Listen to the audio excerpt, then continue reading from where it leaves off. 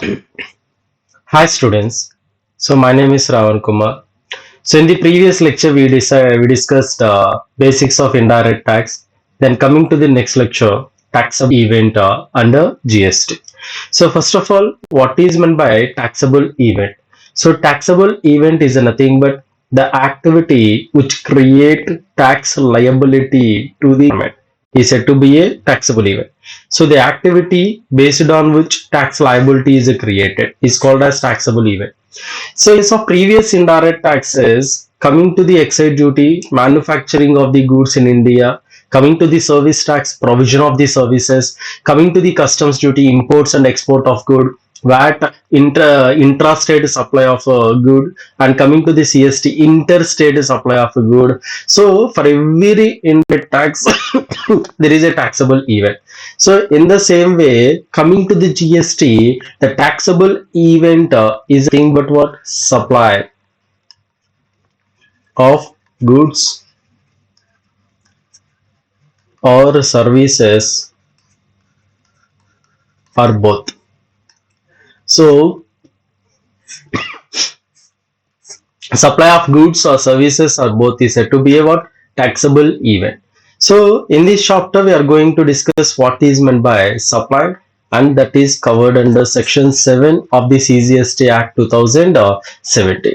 So, here what is meant by good and what is meant by services. So, here good is nothing but, so it includes every kind of movable property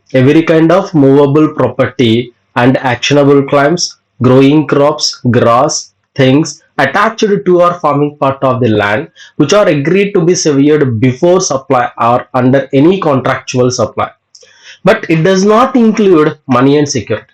So it includes any kind of movable property, means what? All immovable properties are not covered under definition of the good, and it also include actionable claims. So here, coming to the actionable claims, generally it includes what? Unsecured debtors. He clearly stated a claim to any debt other than a debt secured by a mortgage of immovable property or by hypothecation or place of movable property.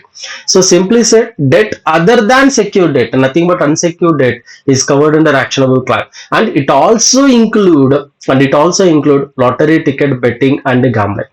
So here, under Schedule 3 of the CGST Act 2017, nothing but under negative list, he clearly stated actionable claims other than lottery tickets, betting and gambling are covered under negative list.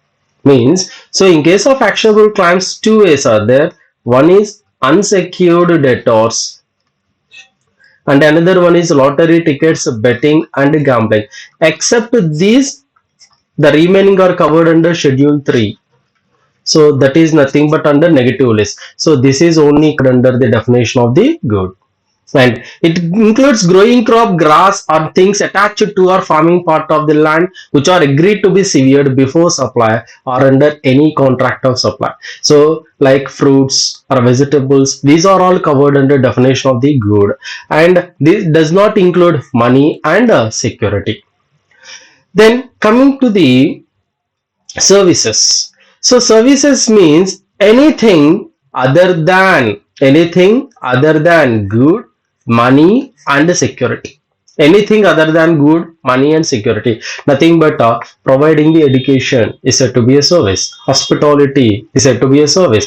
Transportation is said to be a service. Other than good, money and security, and includes activities relating to the use of money, activity relating to the use of money, and or its conversion by cash or by any other mode from one form to another form, or from one currency to another currency, or from one denomination to another denomination for some consideration, for which consideration is charged separately, that is said to be a good.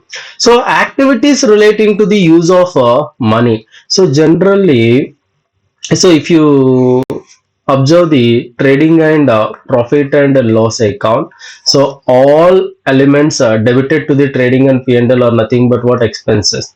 These are meant for only for two purposes. One is for purchase of goods, and another one is for receiving the services. So this is covered under definition of the good. Other than this, anything amount spent in the usage of money. So this is covered under definition of the services. Definition of the services. And it also include conversion. So nothing but conversion of the money from one form to another form. So for example, I have the check worth 1 lakh. So I deposited in the bank, I converted into the cash. And I have the bill, I discount in the bank and converted into the cash. One form to another form, or from one denomination to another denomination. I have the 2000 rupee note and I give it in bank and I collected 500 rupee notes. So, or from one currency to another currency. So, pounds are converted into the rupee, or dollar is converted into the rupee, or rupee converted into the dollar.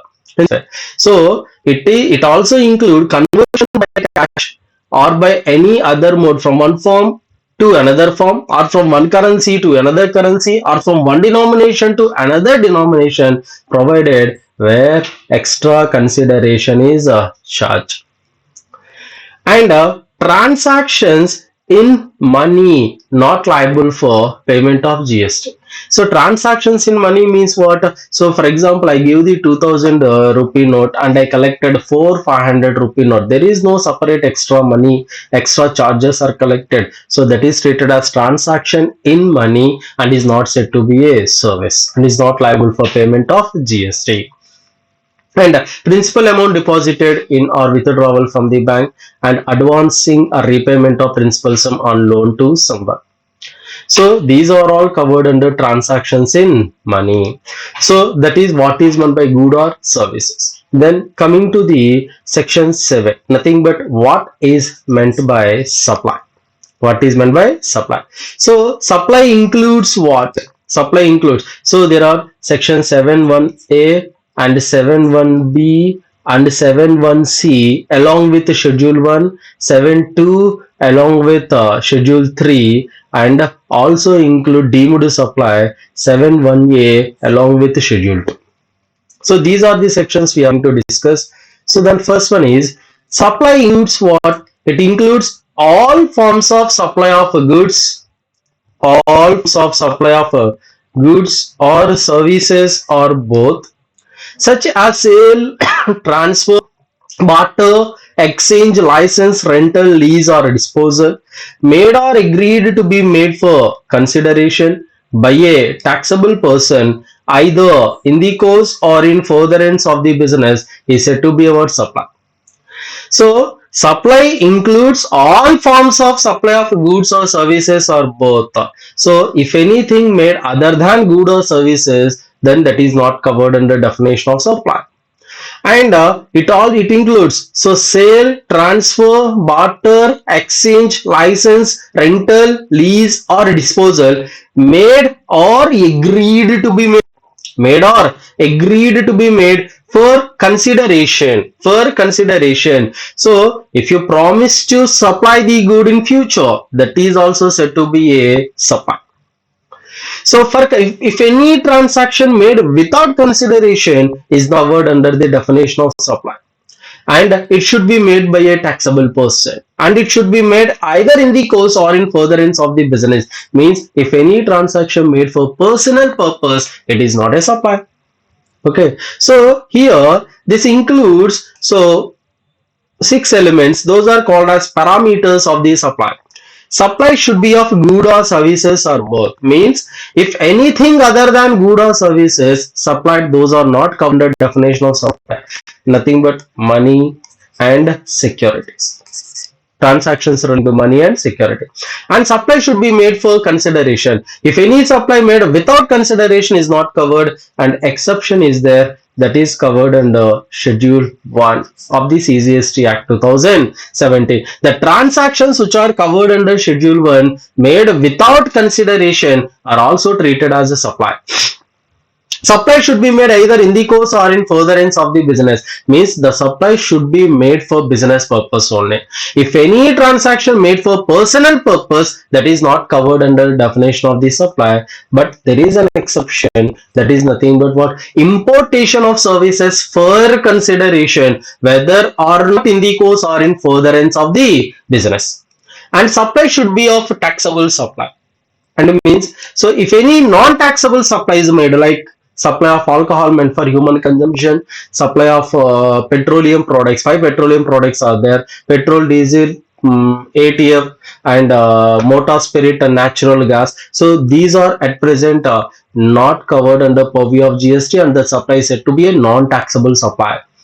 And supply should be made by a taxable person, means supplier should be a taxable person, but the receiver may be a taxable person or non-taxable person. And supply should be made within the taxable territory. As the GST is a destination based taxation, as the product moved from one state to the another state, along with the product, revenue of the GST is also transferred to the destination government where the product is ultimately consumed, and that place should be a taxable territory. So if it is a non-taxable territory, in that place GST is not applied. Okay, so these are the 6 parameters relating to the supply. Supply should be of good or services or both. Supply should be made for consideration. Supply should be made either in the course or in furtherance of the business. And supply should be of taxable supply. Supply should be made by a taxable person. And supply should be made within taxable territory. Then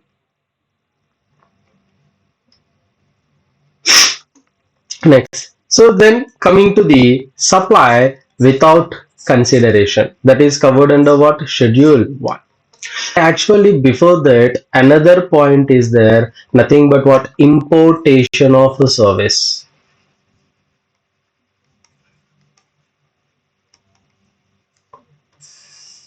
Importation of services. So in case of importation of services, supplier should be located outside India, and the receiver should be within India. And that importation of services made for consideration or without consideration.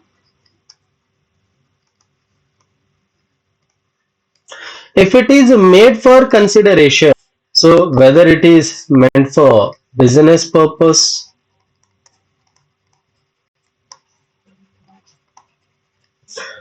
other than business purpose. So if it is meant for business purpose, it is always covered under Schedule 1 of the CGST Act and is liable for payment of GST under RCM, under reverse charge mechanism. So in case of reverse charge mechanism, we have the one point.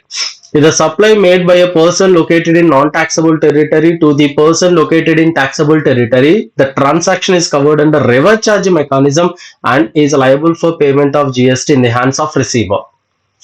But other than business purpose and for personal purpose, this is also covered under Schedule 1 and is treated as a supply, but it is exempted and is not liable for payment of GST. Not liable for payment of GST. And coming to the without consideration, I will explain it then. So supply without consideration, Schedule 1. So here, this is an exception to the supply should be made for consideration. So there are 4 transactions are there which are covered under Schedule 1. If those transactions made without consideration, even though those are treated as a supply. So the first is permanent transfer or disposal of a business asset. Permanent transfer or a disposal of business asset. I will explain this point. So then first coming to the first point in the Schedule 1. So the transfer of asset. Transfer of asset. First of all, the asset is a business asset and personal assets. If it is a personal asset, not a supply. If it is a business asset, then you need to verify whether the transfer is of a permanent transfer or temporary transfer. So in case of temporary transfer means if the business asset given on rental basis or hire basis, then that is covered under supply of a service under schedule 2. Then if it is a permanent transfer, then you need to verify whether IEC claimed ITC, sorry,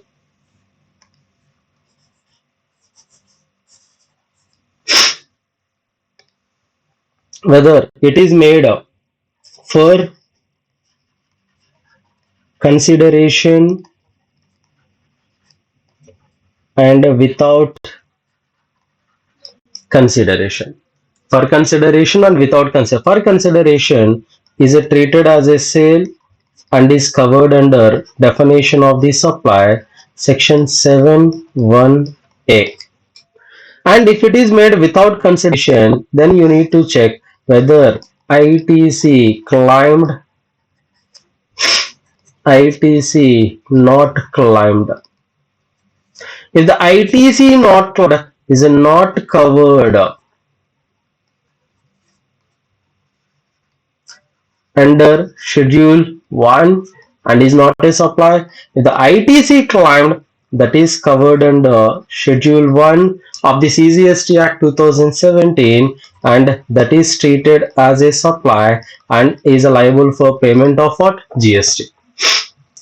Okay, transfer of permanent transfer of business asset without consideration if ITC has been claimed said to be about supply and is covered under schedule 1 of the CGST Act, and if any personal assets are transferred, it is not covered here. And if any transfer made for temporary purpose or on rental basis, that is not covered under schedule 1, that is a supply of service not covered under good. And the permanent transfer made for consideration is always a supply as per section 7(1)(a). And permanent transfer made without consideration, if ITC not claimed, is not covered under schedule 1 and is not a supply. It is treated as a supply if ITC has been claimed. ITC has been claimed. So that is the first one. Then second one, supply of goods from the principal to the agent or vice versa. Supply of the goods from the principal to the agent or vice versa. So first complete the first point.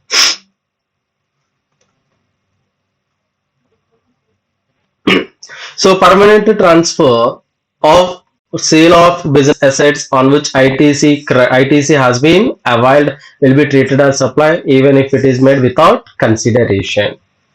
And here it clearly stated it is applicable on the sale of business assets only. Okay. Next, so supply of goods or services between related parties and a distinctive person. So let's explain here what is meant by related party. Related parties are nothing but person shall be deemed to be a related person. Such persons are officers or directors of one another business. For example, A Limited and B Limited, two companies are there. Here, Mr. A is the director in A Limited, Mr. B is the director in B Limited.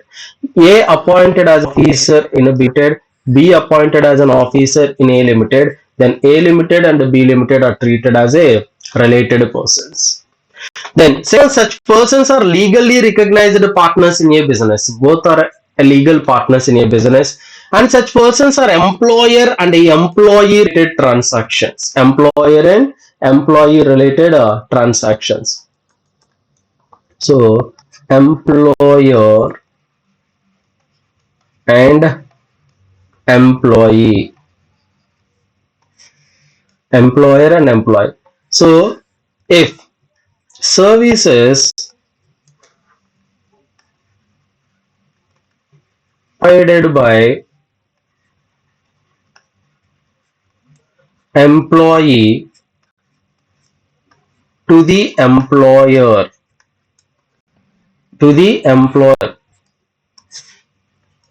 as a part of employment agreement, and as a part of employment agreement is covered under what? Schedule 3 under negative list, and is not a supply.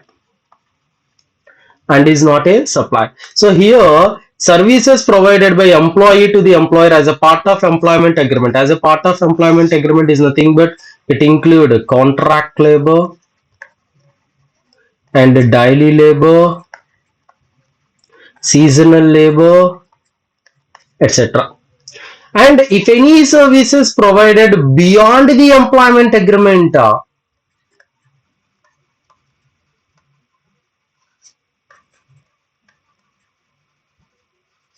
so that is said to be a supply and is liable for payment of GST.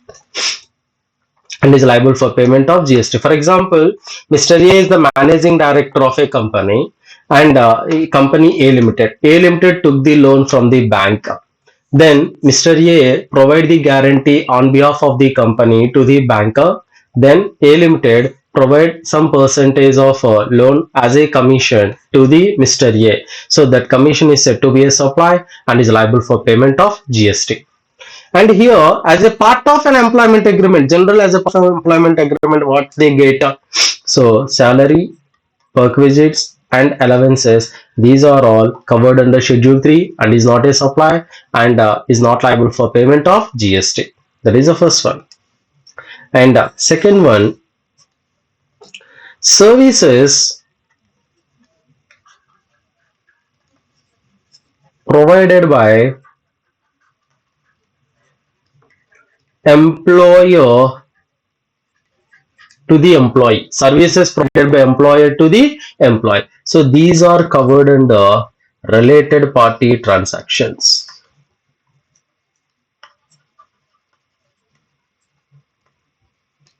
Related party. So if the value of a service in aggregate per annum is less than or equal to 50,000, this is exempted, not liable for payment of GST. If the value of service exceeds 50,000, that is only taxable and is liable for payment of GST.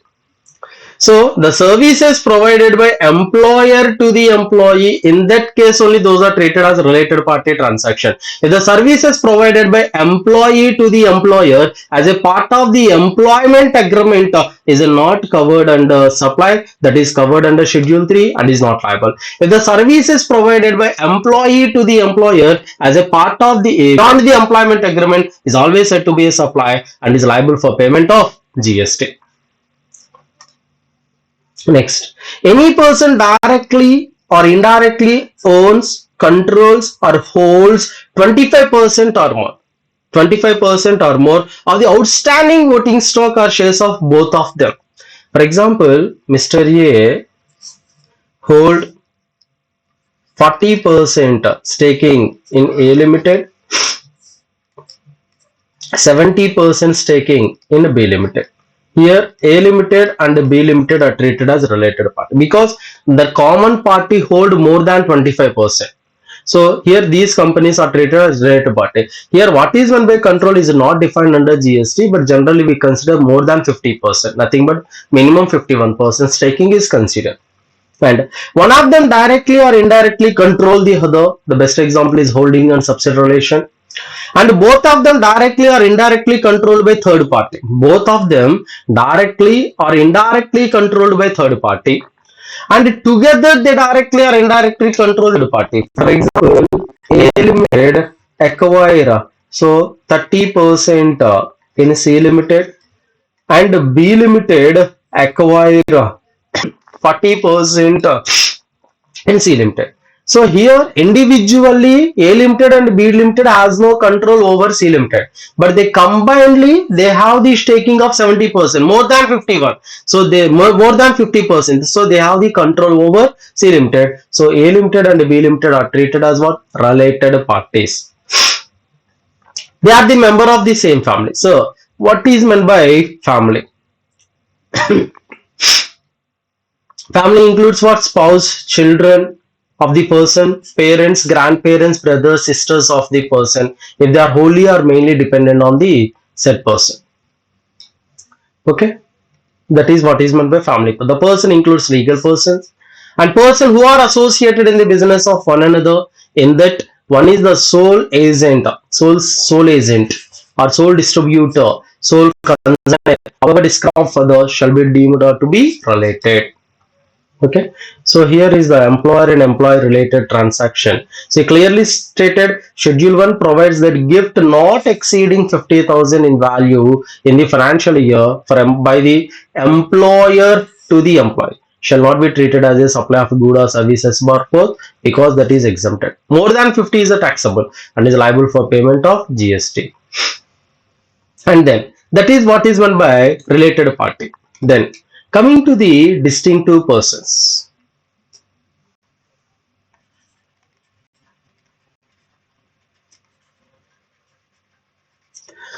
Distinctive persons means the person having more than one registration either within the state or in different state under same is said to be a distinctive person. For example, Mr. A has so three businesses. One is textile, and another one is a catering, and another one is a consultancy services.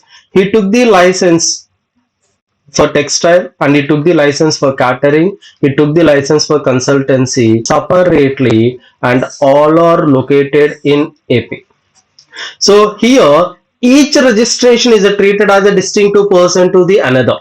So textile registration is treated as distinctive to 2 and 3. 2 is treated as distinctive to 1 and 3. Whether those are located in same state or in different state. For example, Mr. A is in textile business. He has the place of business in AP. He has the place of business in Tamil Nadu. He obtained the registration in AP. He obtained the registration in Tamil Nadu. So these are treated as what? Distinctive person to one and the another. So the transactions made between related parties and distinctive persons are treated as a supply, even though if it is made without consideration. Next, coming to the principal and agent related transaction. Principal and agent related transaction. For example, here Mr. A is the principal and Mr. B is the agent. He supply the goods and here is the invoice. Here is the invoice. Then here Mr. B sell the products to the customers. Then the question is whether B is treated as an agent of A or not depends upon. So while making the supply by Mr. B to the customer, invoice is raised in whose name? If Mr. B raise the invoice in the name of principal, then he is not treated as an agent. And if Mr. B raise the invoice in the name of himself, he is treated as a what? Agent. Is it treated as what? Agent. So by the principal to his agent, and agent will supply them on behalf of the principal. So by the agent to his principal, when the agent receive these goods on behalf of the principal, but here remember, while supplying the goods by the agent to the customer, so he has to raise the invoice in his name only, then only he is treated as an agent. That is covered under Schedule 1 of the CGST Act. So If we made the supply, then the first transaction is covered under Schedule 1. First transaction, supply made between these parties, treated as a supply covered under Schedule 1. Next, importation of services. So here, importation of services by a taxable person from the related parties or from any of his other establishment outside India in the course or in furtherance of the business. Okay, so already we discussed relating to the importation of service, that is relating to for consideration. That is relating to what? For consideration. If the importation made without consideration, then what to do? Importation of services made without consideration, then you need to check. So you need to check who is the supplier. If the supplier relative or associated enterprise, and supplier is not a relative or associated enterprise. If the supplier is not a relative or associated enterprise, this is not covered under Schedule 1. Not covered under Schedule 1. If the supplier is a related person or relative or associated enterprise, then you need to check whether it is meant for business purpose or not for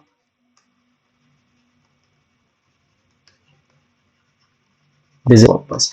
If it is meant for business purpose, that is covered under Schedule 1.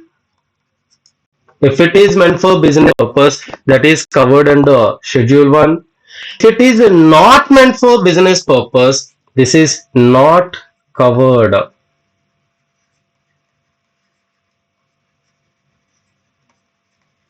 under Schedule 1.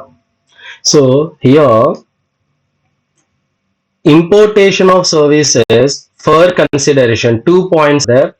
This is 7.1b. So importation of services for consideration, whether it is meant for business purpose or other than business purpose, that is a supply. Sorry, so not Schedule 1. That is said to be a supply. Under this point, not covered under Schedule 1 because it is made with consideration. And if it is made for business purpose, that is liable for GST under RCM. If it is made for other than business purpose, then that is a supply but exempted from the payment of GST. And the second one, importation of services made without consideration from the relative or associate enterprise. If it is made for business purpose, that is covered under Schedule 1. Otherwise, that is not covered under Schedule 1. So, importation of services with consideration in the course or in furtherance of the business or not. So, the two cases are covered under Schedule 1, Section 7.1b. Then, in the course or in furtherance of the business without consideration, in the course or in furtherance of the business only covered under Schedule 1. If it is meant for personal purpose, it is not covered under Schedule 1 and is not a supply.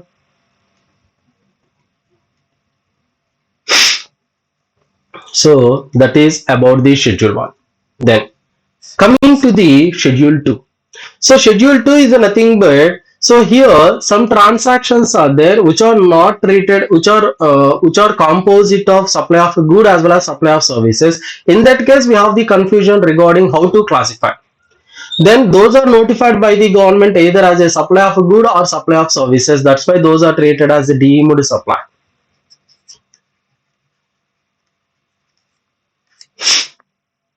So the supply. The first one is transfer. Title. If the transfer of title in goods, best example is a supply of good. And right in goods or undivided share in goods without transfer of title in goods. Only right to utilization is transferred. Is a treated as supply of service. Nothing but renting of good, hiring of good. And the transfer of title in goods under agreement stipulates that property in goods will pass at the future date upon payment of full consideration. The best example is hire purchase transaction, treated as what? Supply of good. Coming to the land and building, so lease, tenancy, easement, license to occupy the land is always a supply of service. And lease letting out of a building including commercial or industrial or residential complex for business or commerce purpose. So here the building is provided for residential purpose, not a supply. If it is meant for commercial purpose, that is a supply of a service and is liable for payment of GST. So if any building, if the residential complex provided on rental basis for residential purpose, it is not a supply. That is not a supply. So that is exempted. Actually, that is exempted from the payment of GST. Treatment or process. The best example is what? Job work. Example, job work. That is covered under supply of a service. Next, transfer of business assets. If the transfer or a disposal of business assets with or without consideration under the direction of the person carrying on the business. So, for example, if the laptops or if the management wants to replace the laptops with the new one in the business, then old laptops given to the employees. That is said to be a supply. Said to be a supply of a good. And goods forming part of the business assets on ceasing to be a taxable person. For example, Mr. A actually he obtained the registration in the year 2020 2019. So as his aggregated turnover exceeds 20 lakhs. As his aggregated turnover exceeds 20 lakh maybe. But he involved exclusively in supply of a good. Later, the turnover is changed, the turnover limit extended to 40 lakh if he involves in supply of a good. Then that party cancel the certificate of registration on 1/4/2021. On 1/4/2021. Then whatever the stock available on or before 1/4/2021 is deemed to be a supply and is liable for payment of GST. That is what is meant by goods forming part of the S on ceasing to be a taxable person. On the date of cancellation of registration, whatever the goods available, those are assumed to be a supply. So just be assumed as that goods transfer from taxable person to non-taxable person, registered person to unregistered person. But some exceptions are provided if the business is completely transferred as a going concern to the another party, that is exempted. That is not a supply because that is covered under exemptions. And another one, if the business is carried on by the personal representative who is deemed to be a taxable person, that is also exempted and is not liable for payment of GST and is not treated as a supply of a good. So in these two cases, it's not considered as a supply. In case of selling of immovable property is a supply of service. And construction or commercial or residential complex except where the entire consideration has been received after issuance of the completion certificate where required by the competent authority or before its first occupation, whichever is earlier. So for example, so Mr. A is a contractor, he constructed the apartments. So the completion certificate received on 1/1/2022, and the first occupation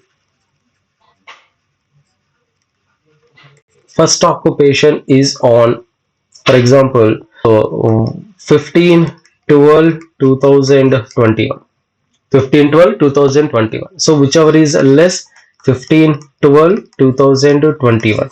So before this date, any booking charges paid is said to be a supply of service. So for example, case 1, Mr. B pay total amount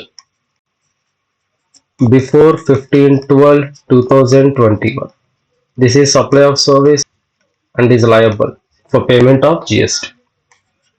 And case 2, Mr. C pay part amount before 15/12/2021. This is also supply of service. Whole amount whole amount. For example, the plat cost is 40 lakh. Out of that, 10 lakh paid by the party. Then whole amount 40 lakh is liable for payment of GST. So if any part payment or full payment made before supply of service, that is said to be as before the respected date, that is a supply of service and liable.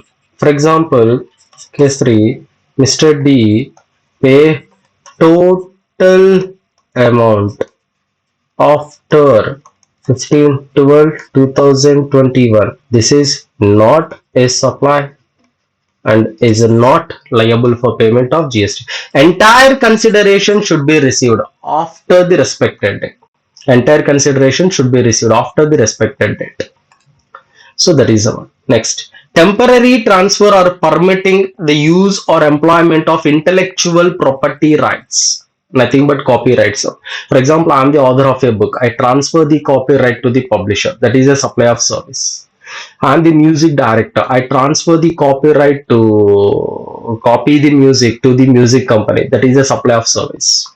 So development, design, programming, customization, adaptation, upgradation, enhancement, implementation of information technology software is said to be a supply of service. And agreeing to the obligation to refrain from an act, nothing but not to do an act, or to tolerate an act or a situation to do an act, is also said to be a what? Supply of a service. And coming to the composite service, nothing but this is a mixture of supply of a good and as well as supply of services. Works contract, nothing but pure service contracts are covered under supply of service. Transfer of right to use of any good for any purpose. Transfer of right to use only transfer, always supply of a service. Supply of goods being food or any other article for human consumption or any drink except alcohol meant for human consumption, said to be a supply of service. And unincorporated association, supply of goods by unincorporated association or body of person to its members is said to be a supply of good. So these are all notified by the government either as a supply of a good nor as a supply of service. Sorry, either as a supply of good or as a supply of service. So that is covered under Schedule 2. Those are covered under deemed supply. Then coming to the non-supplies, which are not covered under the definition of the supply. So these are three categories: non-supplies listed in Schedule 3 and non-supplies notified via notification, by way of notification, and non-supplies clarified by way of clarification. Okay. So coming to the first, we verify Schedule 3. So the first one is services by employee to the employer in the course of employment agreement. Already we discussed. That is covered under Schedule 3 under negative list. And services by any court or tribunal or established under any law for time being in force. For example, generally for accepting the cases, the court collects some nominal fees, that is not said to be a supply and is not liable for payment of GST. And services provided by the functions performed by member of parliament, member of state legislature MLC, and member of panchayat, a member of municipality, or member of other local authority. So generally these are all covered under what? Statutory services, which are provided as per the constitution. So the duties performed by any person who hold any post in pursuance of provisions of the constitution. So like President of India or Governor provided services. The duties performed by any person as a chairperson or member or a director in body established by central government or state government or local authority and who is not deemed as an employee before commencement of this clause. And next one, sale of land. So already we discussed, sale of land is an immovable property, that is completely excluded. And so coming to the building subjected to the clause. So this is the point. Coming to the building.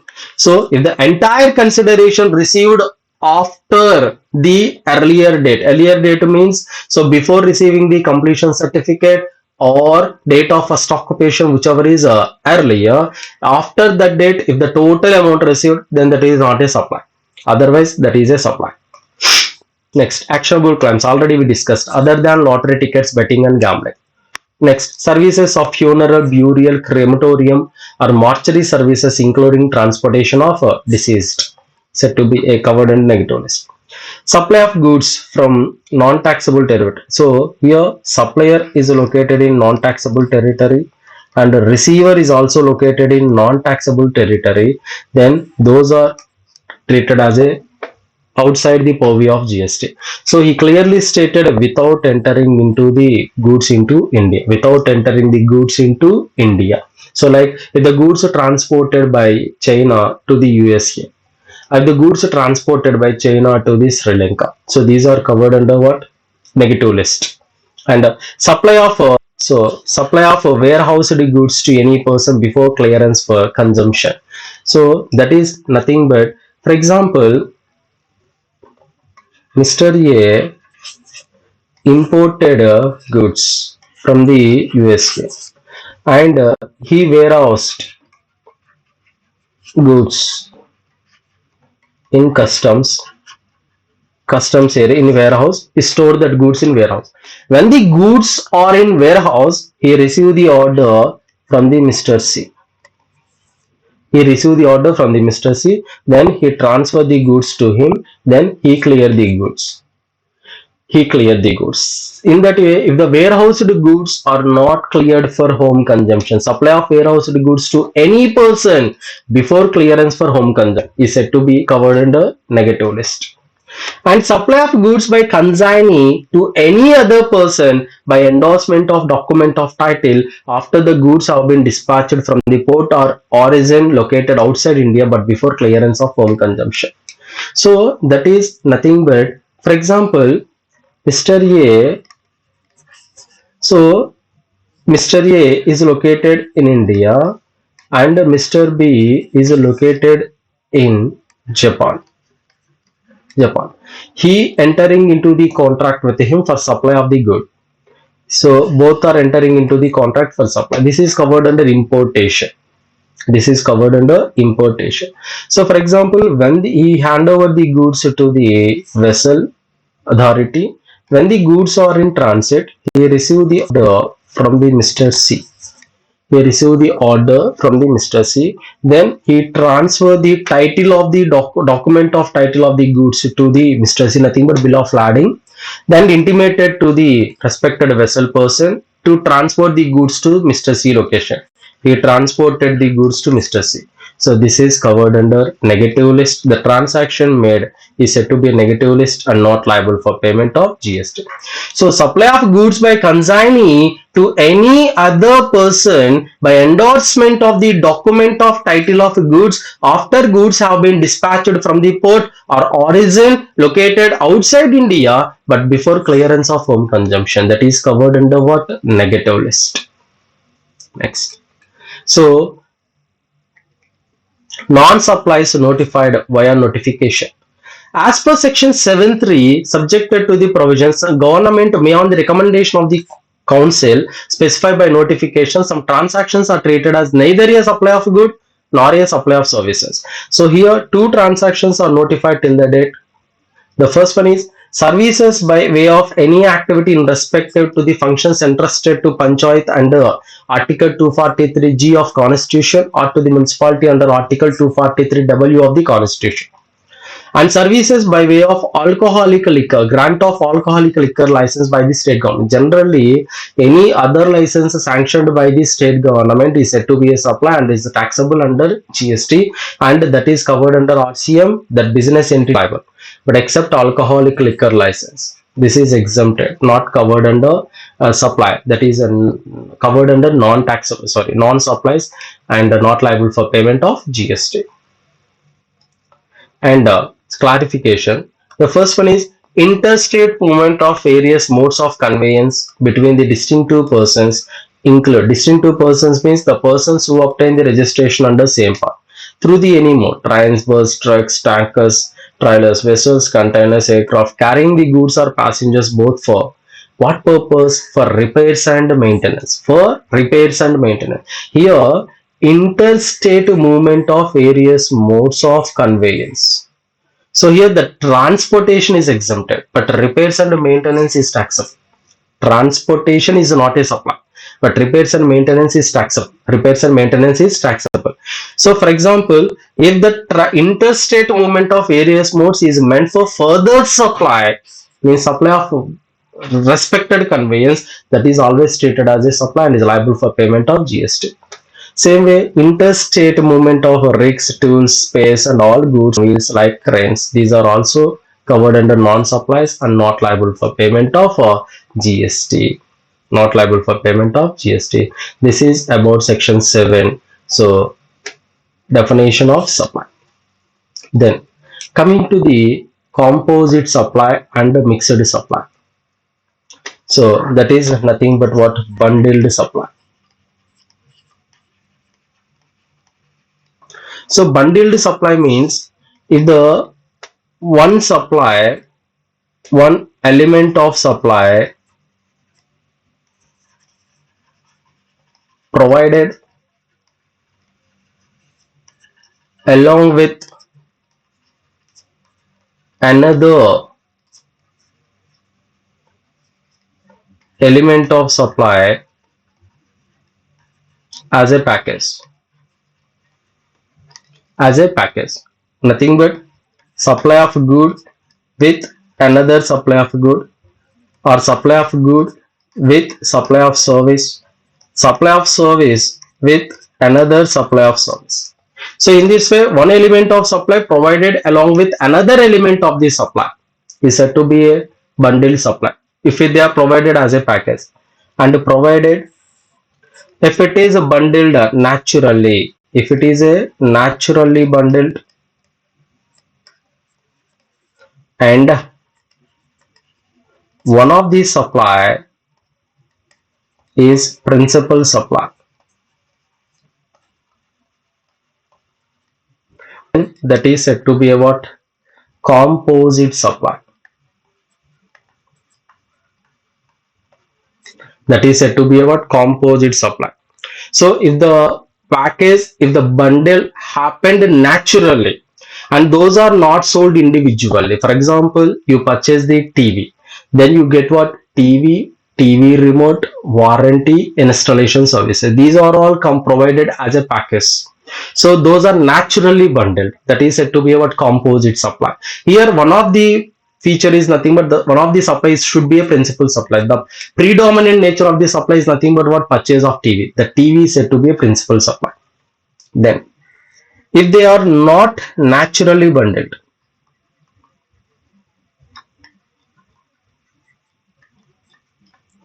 and is not a composite supply,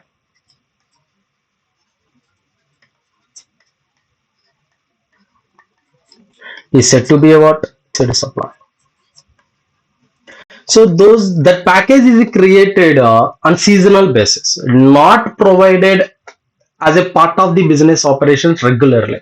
That is said to be what? Mixed supply. So generally, in case of the composite supply, so those are taxed as per principal supply. The rate of principal supply applied to the whole supply.